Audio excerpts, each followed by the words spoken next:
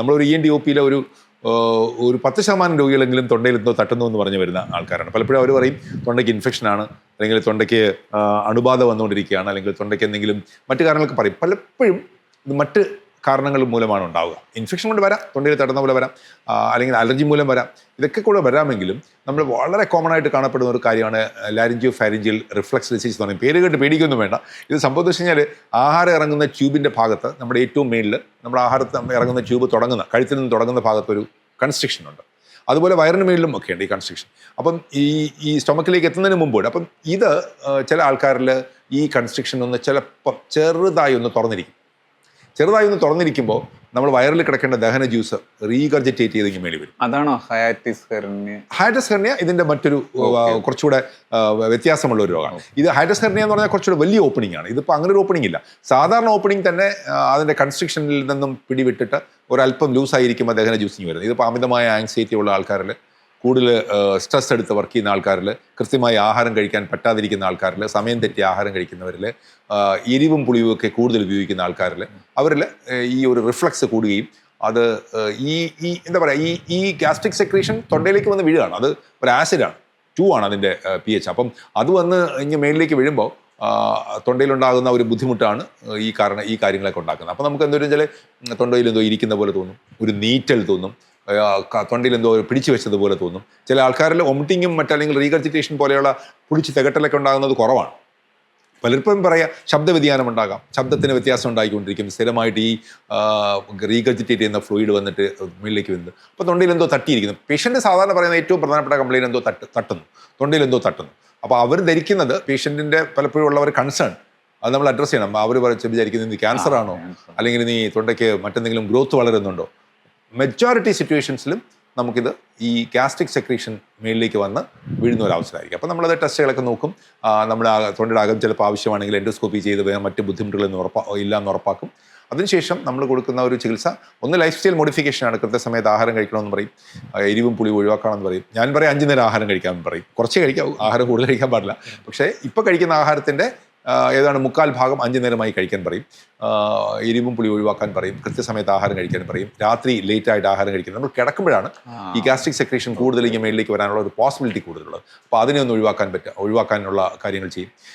കൂടാതെ proton pump inhibitor എന്ന് പറയുന്ന ഒരു ഗ്രൂപ്പ് മെഡിക്കേഷൻസ് ഉണ്ട്. അത് ഇതിന് കുറച്ച് ദീർഘനാൾ കൊടുക്കാൻ, 6 ആഴ്ച മുതൽ കുറച്ച് നാൾ ചിലപ്പോൾ കൂടുതൽ നൽകേണ്ടി വരും ചില ആൾക്കാരിൽ. അത് കൊടുക്കും. പിന്നെ കുറച്ച് ബ്ലഡിലെ ടെസ്റ്റുകളൊക്കെ ഉണ്ട്. ഇത് ഉണ്ടാക്കുന്നതിന് മറ്റ് കാരണങ്ങൾ ഉണ്ടോ എന്നറിയാനായിട്ടുള്ള അത് ടെസ്റ്റുകൾ ചെയ്യും. അത് മിക്കവരിലും നല്ല റിസൾട്ട്സ് ആണ് കിട്ടുക. നമ്മുടെ ലൈഫ് സ്റ്റൈൽ മോഡിഫൈ ചെയ്ത് നമ്മളെ ഈ പറഞ്ഞ ആഹാര രീതിയൊക്കെ ഒന്ന് നിയന്ത്രിച്ച് ആവശ്യമായ പ്രോട്ടോൺ പമ്പ് ഇൻഹിബിറ്റർ ഗ്രൂപ്പിലെ മരുന്നുകൾ കൊണ്ട് ഉപയോഗിക്കുകയാണെങ്കിൽ നല്ല വ്യത്യാസം ഉണ്ടാകും. ഈ ശബ്ദ വ്യതിയാനം ഉണ്ടാകും, നമ്മൾ നേരത്തെ സംസാരിച്ച്, അതിൻ്റെ കാരണങ്ങൾ എന്തൊക്കെയാണ്? ശബ്ദ വ്യതിയാനവും ഇതുപോലെ തന്നെ വളരെ കോമൺ ആയിട്ട് കാണപ്പെടുന്ന ഒരു കൺസേൺ, എസ്പെഷ്യലി ചില ഒരു വിഭാഗം ആൾക്കാരിൽ, ഈ മീഡിയയിൽ വർക്ക് ചെയ്യുന്ന ആൾക്കാർ, ധാരാളം ആൾക്കാരിൽ വരാറുണ്ട്. പാട്ട് പാടുന്നവരിൽ, പ്രൊഫഷണൽ സിംഗേഴ്സ്, അല്ലെങ്കിൽ അതൊരു പാഷനായിട്ട് എടുത്ത് പാട്ട് പാടുന്നവർ, മ്യൂസിക് സ്റ്റുഡൻസ്. അപ്പോൾ അത്തരം ആൾക്കാരിലൊക്കെ തന്നെയും ഇത് ശബ്ദ വ്യതിയാനം വരാണ്. ടീച്ചേഴ്സ്, പള്ളിയിലെ പ്രാർത്ഥന നടത്തുന്ന ആൾക്കാർ, അങ്ങനെയുള്ള ആൾക്കാരിൽ രാഷ്ട്രീയക്കാർ, പൊളിറ്റീഷ്യൻസ്, ഇവരൊക്കെ വളരെ എഫക്റ്റ്, വളരെ പ്രമുഖരായ പൊളിറ്റീഷ്യൻസിനും ഇത്തരം കാര്യങ്ങൾ വന്നു പോകാറുണ്ട്.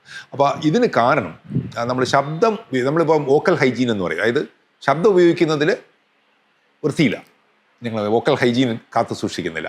അവിടെ ഒരു ഹൈജീൻ കാത്തു സൂക്ഷിക്കാത്തത് കൊണ്ട് വന്നു പോകുന്ന കാരണങ്ങളാണ്. അപ്പോൾ എനിക്കൊന്ന് ഈ എന്താ പറയുക, നമ്മളെ സിനിമാ നടന്മാർ, പാട്ട് പാടുന്നവർ, ഗായികമാർക്ക് അല്ലെങ്കിൽ ഗായകന്മാർക്കും ഈ മ്യൂസിക് സ്റ്റുഡൻസിനൊക്കെ ഒരു അഡ്വൈസ് ആവശ്യമുണ്ട്. ആദ്യമേ തന്നെ പഠിച്ചു തുടങ്ങുമ്പോഴേ പലരും നല്ല രീതിയിൽ പഠിച്ച് നല്ല പാട്ടൊക്കെ പാടുന്ന അവസരത്തിലേക്ക് എത്തിയിട്ട് ശബ്ദ വ്യതിയാനം വന്നിട്ട് പിന്നെ പാട്ട് നിർത്തേണ്ട അല്ലെങ്കിൽ പാട്ട് പാടാൻ പറ്റാത്ത അവസ്ഥയിലേക്ക് എത്തിപ്പോകും. അപ്പോൾ ഈ പാട്ട് പഠിച്ച് തുടങ്ങുമ്പം തന്നെ ഒരു പക്ഷേ ഒരു ENT ഡോക്ടറിൻ്റെ അഡ്വൈസ് എടുക്കുന്നതിൽ ഒരു അപാകതയില്ല. കാരണം അത് ചിലപ്പോൾ നമ്മുടെ പ്രൊഫഷനെ സേവ് ചെയ്യുന്നുള്ളതാണ്. അവരൊരു അൺപ്രൊഫഷണൽ അഡ്വൈസ് ഒക്കെ കൊടുക്കുന്നുണ്ടാവും. ശബ്ദ വ്യതിയാനം ഉണ്ടാകുന്നതിന് കാരണം, ശബ്ദം എങ്ങനെ ഉണ്ടാകുന്നതെന്ന് ചിന്തിച്ചാൽ തന്നെ ശബ്ദ വ്യതിയാനത്തിൻ്റെ കാരണം നമുക്ക് മനസ്സിലാവും. ബേസിക്കലി ശബ്ദം ഉണ്ടാകുന്നത് വോക്കൽ കോഡ് അനങ്ങുന്നത് മൂലം, അത് പരസ്പരം വന്ന് തട്ടിയിട്ടാണ് ശബ്ദം, നമ്മുടെ ശ്വാസോച്ഛത്തിന് പുറത്തേക്ക് വരുമ്പോൾ ശബ്ദം ഉണ്ടാകും. അപ്പോൾ ഈ വോക്കൽ കോഡ് മൂവ്മെൻറ്റ്സിൻ്റെ വ്യത്യാസം വരികയോ അതിൻ്റെ എന്തെങ്കിലും ബുദ്ധിമുട്ടുകൾ ഉണ്ടാവുകയോ ചെയ്യുമ്പോഴാണ് ശബ്ദ വ്യതിയാനം ഉണ്ടാകുന്നത്. അപ്പോൾ അത് ഈ പറഞ്ഞ മാതിരി ഇൻഫെക്ഷൻസിൽ വരാം, അണുബാധ ഉണ്ടാകുന്നു, ഒരു ലാരിഞ്ചൈറ്റിസ് അല്ലെങ്കിൽ തൊണ്ടയിലേക്ക് ഇൻഫെക്ഷൻ വരുമ്പോൾ ശബ്ദ വ്യത്യാസം ഉണ്ടാവും.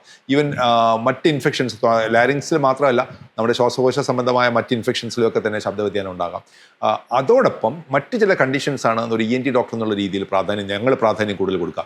ഒരു പക്ഷേ ഈ ശബ്ദപേടകത്തിൽ ഗ്രോത്ത് ഉണ്ടോ, ശബ്ദപേടകത്തിൽ ക്യാൻസർ പോലെയുള്ള ഗ്രോത്ത് ഉണ്ടോ, അല്ലാതെ സാധാരണ പോളിപ്പ് ചെറിയ ചെറിയ ചതകൾ മൂലം ഉണ്ടാകുന്നുണ്ടോ, അല്ലെങ്കിൽ ശബ്ദപേടം അനങ്ങുന്നതിനുള്ള നെർവ് സപ്ലൈ ഉണ്ട്, ആ നെർവ് സപ്ലൈക്ക് എന്തെങ്കിലും ബുദ്ധിമുട്ടുണ്ടോ.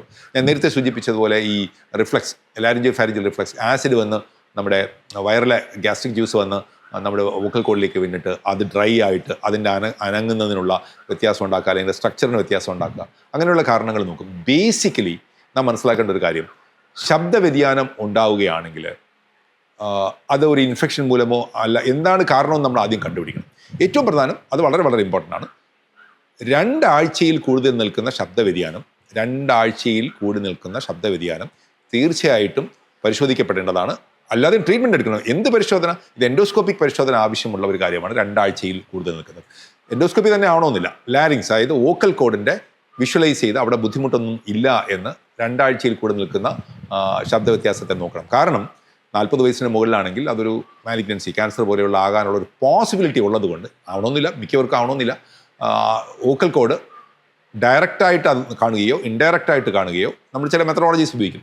യൂഷ്വലി ഇപ്പോൾ ഉപയോഗിക്കുന്ന എല്ലാവരും എൻഡോസ്കോപ്പാണ് ഉപയോഗിക്കുന്നത്. എൻഡോസ്കോപ്പ് ഉപയോഗിച്ചിട്ട് വോക്കൽ കോഡ് പരിശോധിക്കുമ്പോൾ അകത്ത് ഉള്ള മൂവ്മെൻറ്റ്സ് കൃത്യമാണോ എന്ന് നോക്കും. നമ്മൾ VLS എന്ന് പറയും. എൻഡോസ്കോപ്പിലൂടെ ശബ്ദപേടകം അറിയുകയും ശബ്ദപേടകത്തിൻ്റെ മൂവ്മെൻറ്റ് മനസ്സിലാക്കുകയും ചെയ്യാം. പിന്നെ നമ്മൾ ഈ പലപ്പോഴും പറഞ്ഞു കൊടുക്കുന്ന ചില കാര്യങ്ങളുണ്ട്. ഈ ശബ്ദത്തിന് വ്യത്യാസം വരുമ്പോൾ എസ്പെഷ്യലി വോക്കൽ അബ്യൂസാണ്. പാട്ട് പാടുന്നവരൊക്കെ പ്രത്യേകം ശ്രദ്ധിക്കണം, പ്രസംഗിക്കുന്നവരൊക്കെ ചില കാര്യങ്ങൾ പറഞ്ഞു കൊടുക്കും. പതുക്കെ സംസാരിക്കണം. അതായത് പതുക്കെ മീൻസ് മൈക്ക് ഉപയോഗിക്കുകയാണെങ്കിൽ എന്തിനാണ് പിന്നെയും ശബ്ദം ഉയർത്തുന്നത് എന്നുള്ളതുകൊണ്ട് ഇവിടെ നിന്ന് ഫോണിൽ വിളിച്ചാൽ അയൽ രാജ്യത്ത് കേൾക്കുന്ന രീതിയിലുള്ള ശബ്ദത്തിൻ്റെ ആവശ്യമില്ല നമ്മൾ ഫോൺ മൈക്ക് ഉപയോഗിക്കുകയാണെങ്കിൽ. അപ്പം പതുക്കെ സംസാരിക്കുന്നതിനെക്കാട്ടിയും പ്രാധാന്യമുള്ളത് സ്പീഡ് കുറച്ച് സംസാരിക്കണം എന്നുള്ളതാണ്. എനിക്കിന്ന് ഡോക്ടറെ കാണാൻ പോകണം എന്ന് പറയുന്നത് എനിക്ക് ഇന്ന് ഡോക്ടറെ കാണാൻ പോകണം, വാക്കുകൾ തമ്മിലുള്ള അകലം അത് വളരെ ഇമ്പോർട്ടൻ്റ് ആണ്. സ്പീഡിൽ സംസാരിക്കുമ്പോഴാണ് കൂടുതൽ ബുദ്ധിമുട്ടുണ്ടാകുന്നത്. അപ്പം പ്രസംഗിക്കുന്നവരും എസ്പെഷ്യലി പ്രൊഫഷണൽ ഈ പറഞ്ഞ മീഡിയ സെൻറ്റേഴ്സിലും കോൾ സെൻറ്റേഴ്സിലും ഒക്കെ ഇരിക്കുന്ന ആൾക്കാർ, റിസപ്ഷനിൽ ഇരിക്കുന്ന ആൾക്കാരൊക്കെ സ്പീഡ് കുറച്ച് സംസാരിക്കുന്ന ഒരു രീതി കൃത്യമായിട്ട് പാലിക്കണം. അത് ലൈഫ് ലോങ് അവർ അവിടെ തന്നെ ജോലി ചെയ്യണം, അല്ലെങ്കിൽ ഒരു പ്രൊഫഷണൽ സിംഗർ ആണെങ്കിൽ ചെയ്യണം. സ്പീഡ് കുറച്ച് സംസാരിക്കുന്നതിന് പ്രാധാന്യമായിരിക്കും. പിന്നെ ഞാൻ എല്ലാവരുടെ ധാരാളം രോഗികൾ വരാറുണ്ട് ഈ ബുദ്ധിമുട്ടായിട്ട്. അപ്പം അവരോടൊക്കെ പറയുന്ന ഒരു കാര്യം, രാവിലെ 7 മണി മുതൽ രാത്രി 7 മണി വരെയുള്ള സമയത്ത് 12 മണിക്കൂറിൽ 12 ഗ്ലാസ് വെള്ളം നിർബന്ധമായും കുടിച്ചിരിക്കണം. മുഴുവൻ ഒറ്റ സിപ്പോട് ഞാൻ കുടിക്കുന്നതിനെക്കാട്ടിയും പ്രയോജനം ചെയ്യുക. പതുക്കെ സിപ്പ് ചെയ്യാന്ന്, ഒരല്പം എടുക്കുക, അത് കഴിഞ്ഞ് വീണ്ടും ഒരല്പം എടുക്കുക, അങ്ങനെ മേ ബി 1-2 സിപ്പുകൾ വെച്ച് എടുത്തുകൊണ്ട് ഇരിക്കുക എന്നുള്ള രീതി. അപ്പോൾ അങ്ങനെ വരുമ്പോൾ നമുക്ക് വോക്കൽ കോഡ്, ഇതിൽ ബേസിക്കലി എന്താണ്, ശബ്ദപേടകം നനഞ്ഞിരിക്കുക. ശബ്ദപേടകത്തിന് നനവുണ്ടാവണം. ശരീരത്തിന് മൊത്തം ഉണ്ടാകുമ്പോൾ ശബ്ദപേടകവും നനഞ്ഞിരിക്കും. ശബ്ദപേടകം നനഞ്ഞിരിക്കുമ്പോൾ അത് ഡ്രൈ ആവില്ല. ഡ്രൈ ആകുമ്പോൾ നമ്മുടെ ശബ്ദത്തിന് വ്യത്യാസം ഉണ്ടാകാതിരിക്കും. പിന്നെ റെഗുലറായിട്ട് നമ്മൾ ശബ്ദം ഉപയോഗിക്കുന്ന രീതിയുള്ള ആളിനെ സംബന്ധിച്ചിടത്തോളം നമുക്ക് എന്താ പറയുക, നമുക്ക് ആ ഒരു ശബ്ദം നിലനിർത്തി കൊണ്ടുപോവുകയും ശബ്ദത്തിൻ്റെ ക്വാളിറ്റി നിലനിർത്തുകയും കൊണ്ടുപോകാനും സാധിക്കും. ഇതാണ് സാധാരണ രീതിയിൽ കൊടുക്കുന്ന അഡ്വൈസസ്. പിന്നെ അപൂർവമായ ചില ആൾക്കാരിൽ നമുക്ക് അവിടെ മുഴയുണ്ട്, അവിടെ തടിപ്പുണ്ട്, അല്ലെങ്കിൽ മറ്റു കാര്യങ്ങളുണ്ട് എന്നുണ്ടെങ്കിൽ സർജറിയും മറ്റ് ചികിത്സയും ചില ടാബ്ലറ്റ്സും ഒക്കെ ഇതിനാവശ്യമായി വരും. നമ്മൾ ഈ തൊണ്ടയിലെ മുഴകൾ പല വിധത്തിലാണ് ഉണ്ടാകുന്നത്. അത് ശ്രദ്ധിക്കേണ്ടത് ഏതാണ്? അതിനെക്കുറിച്ചൊരു അബ്സല്യൂട്ട്ലി. തൊണ്ടയിലെ മുഴകൾ പലവിധ, എന്താണ് കാരണം, എല്ലാ അസുഖങ്ങൾക്കും എന്താണ് കാരണം എന്നറിഞ്ഞ് അതിനെ ചികിത്സിക്കുന്ന ഒരു രീതിയാണ് നാം കാണുക. തൊണ്ടയിലെ മുഴ എന്ന് പറയുമ്പോൾ എന്തുകൊണ്ട് വരുന്നു? ഏറ്റവും കോമൺ ആയിട്ട് കാണപ്പെടുന്ന തൊണ്ടയിൽ, നമ്മുടെ രാജ്യത്ത്, നമ്മുടെ സംസ്ഥാനത്ത് കാണുന്ന ഏറ്റവും കാണപ്പെടുന്ന, ഇന്ത്യയിൽ കാണുന്ന ഏറ്റവും വലിയ മുഴ, കേരളത്തിൽ ഏറ്റവും കൂടുതൽ കാണപ്പെടുന്ന മുഴ എന്ന് പറയുന്നത് തൈറോയ്ഡ് ഗ്രന്ഥിയുടെ മുഴയാണ്. അപ്പോൾ തൈറോയ്ഡ് ഗ്രന്ഥിയുടെ മുഴ പലപ്പോഴും വളരെ നമുക്കറിയാം, പ്രത്യേകിച്ച് സ്ത്രീകളിൽ കൂടി നിൽക്കുന്നു, മറ്റാൾക്കാരിലും ഒക്കെ ഉണ്ട്. അപ്പോൾ അതോടൊപ്പം തന്നെ മറ്റു ചില കുട്ടികളിൽ കാണപ്പെടുന്ന ഏറ്റവും കോമൺ ആയിട്ട് കാണപ്പെടുന്ന മുഴ ലിംഫ് നോഡാണ്. സാധാരണ കാണപ്പെടുന്ന കഴുത്തിലെ കഴലകൾ, ചെറിയ 4 ചുറ്റുമുള്ള കഴലകൾ ഉണ്ടാകാറുണ്ട്. ലിംഫ് നോഡ്സ് എന്ന് പറയും. അത് എന്ത് ഇൻഫെക്ഷൻ വന്നാലും വരാം. കഴുത്തിന് മുകളിലുള്ള ഏത് ഭാഗത്ത് ഇൻഫെക്ഷൻ വന്നാലും നമുക്ക് സെർവൈക്കൽ ലിംഫഡനൈറ്റിസ് എന്ന് പറയും. അപ്പോൾ അതുണ്ടാകാം. മറ്റ് ചില മുഴകൾ, ഇപ്പോൾ തൈറോയ്ഡ് ഗ്രന്ഥിയുടെ മുഴ പോലെ തന്നെ അപൂർവമായിട്ട് വരുന്ന തൈറോയ്ഡ് ഗ്രന്ഥിയുടെയും ഞാൻ ഈ സെർവൈക്കൽ ലിംഫഡനൈറ്റിസ് പറഞ്ഞ മുഴയും പോലെ തന്നെ മറ്റ് ചില മുഴകളും നമ്മുടെ ശരീരത്തിൽ കഴുത്തിൽ പ്രത്യേകിച്ച് കാണാറുണ്ട്. അതിലൊന്ന് ബ്രേങ്കിയൽ സിസ്റ്റ് എന്ന് പറയും, സിസ്റ്റിക് ഹൈഗ്രോമ എന്ന് പറഞ്ഞ ചില കുട്ടികളിൽ കാണപ്പെടുന്ന തരത്തിലുള്ള മുഴകളുണ്ട്. മറ്റ് ചില ട്യൂമറുകൾ നമുക്ക് കഴുത്തിൽ മുഴകൾ ഉണ്ടാക്കാറുണ്ട്. പലപ്പോഴും ശ്രദ്ധിക്കേണ്ട മുഴ എന്ന് പറഞ്ഞാൽ കൊച്ചുകുട്ടികളിൽ കാണുന്ന മുഴകളെ നാം ഇഗ്നോർ ചെയ്യേണ്ട. പക്ഷേ സാധാരണ ഒരു ഇൻഫെക്ഷൻ വരുമ്പോൾ വരുന്ന ഒരു മുഴയാണെങ്കിൽ ആ ഇൻഫെക്ഷൻ വരുമ്പോൾ അതിൻ്റെ ടെൻഡർനെസ്, എസ്പെഷ്യലി അതിൻ്റെ വേദന മാറി നിൽക്കും. ആ മുഴ ക്രമേണ ചുരുങ്ങിപ്പോകാനുള്ള സാധ്യതയുണ്ട്. അത് മാറാതെ നിൽക്കുന്നു അടുപ്പിച്ചുള്ള മുഴകൾ, അതായത് ഒരു മുഴയുടെ അടുപ്പിച്ച് മറ്റൊരു മുഴ, അതിനോട് ചേർന്ന് വേറൊരു മുഴ, അതിൻ്റെ കൺസിസ്റ്റൻസിയിൽ വ്യത്യാസം. തൊടുമ്പോൾ സാധാരണഗതിയിൽ അതൊരു ഒരു നമ്മൾ സാധാരണ മുഴകളിലേക്കൊക്കെ തൊടുന്നത് പോലെ അല്ലാത്തൊരു ഫീൽ വരിക, അതായത് കുറച്ചുകൂടെ കട്ടി കൂടിയ മുഴകൾ ഉണ്ടാകുക. കൊച്ചുകുട്ടികളെ സംബന്ധിച്ചിടത്തോളം അത്തരം മുഴകളും ഒക്കെ ട്രീറ്റ്മെൻറ്റ് പോകുന്നുണ്ട്. അഡൾട്ടിനെ സംബന്ധിച്ചിടത്തോളം തൈറോയ്ഡ് ഗ്രന്ഥിയുടെ വീർക്കമാണ് എന്ന് തോന്നുന്നില്ല. കഴുത്തിന് നടുക്കാണ് കാണുക. തൈറോയ്ഡ് ഗ്രന്ഥിയുടെ വീർക്കം കണ്ടുപിടിക്കാൻ വളരെ എളുപ്പമാണ്. അത് സ്വന്തം ഈ ഒരു പറഞ്ഞത് സെൽഫ് എക്സാമിനേഷൻ ഓഫ് ബ്രസ്റ്റ് എന്ന് പറയും. നമ്മുടെ മാറിടം സ്വയം പരിശോധിക്കണമെന്ന് സ്ത്രീകളോട് പറയുന്നത് പോലെ തന്നെ തൈറോയ്ഡ് ഗ്രന്ഥിയുടെ മുഴ സ്വയം കണ്ടുപിടിക്കാൻ പറ്റുന്നത് തന്നെയാണ് ഞാൻ വിശ്വസിക്കുന്നത്. കാരണം കണ്ണാടിയുടെ മുമ്പിൽ നിൽക്കുക, കണ്ണാടിയുടെ മുമ്പിൽ നമ്മുടെ കഴുത്തിലേക്ക് നേരെ നോക്കുക, കഴുത്തിൽ നോക്കിയിട്ട് തല അല്പം ഉയർത്തിയിട്ട് ഉമിനീര് വിഴുങ്ങുക. ഉമിനീര് വിഴുങ്ങുമ്പോൾ ഈ തൈറോയ്ഡ് ഗ്രന്ഥിയുടെ മുഴയാണെങ്കിൽ അത് ഉമിനീര് വിഴുങ്ങുന്നതിനനുസരിച്ചിട്ട് ആ മുഴയും മൂവ് ചെയ്യും. അപ്പോൾ നമുക്കറിയാൻ പറ്റില്ല തൈറോയ്ഡ് ഗ്രന്ഥിയുടെ മുഴയാണ് എന്നുള്ളത്. തീർച്ചയായിട്ടും മുഴ സ്വയം ഡയഗ്നോസിൽ എത്താൻ വേണ്ടിയിട്ടല്ല പറയുന്നത്, പക്ഷേ ഇഗ്നോർ ചെയ്യരുത്.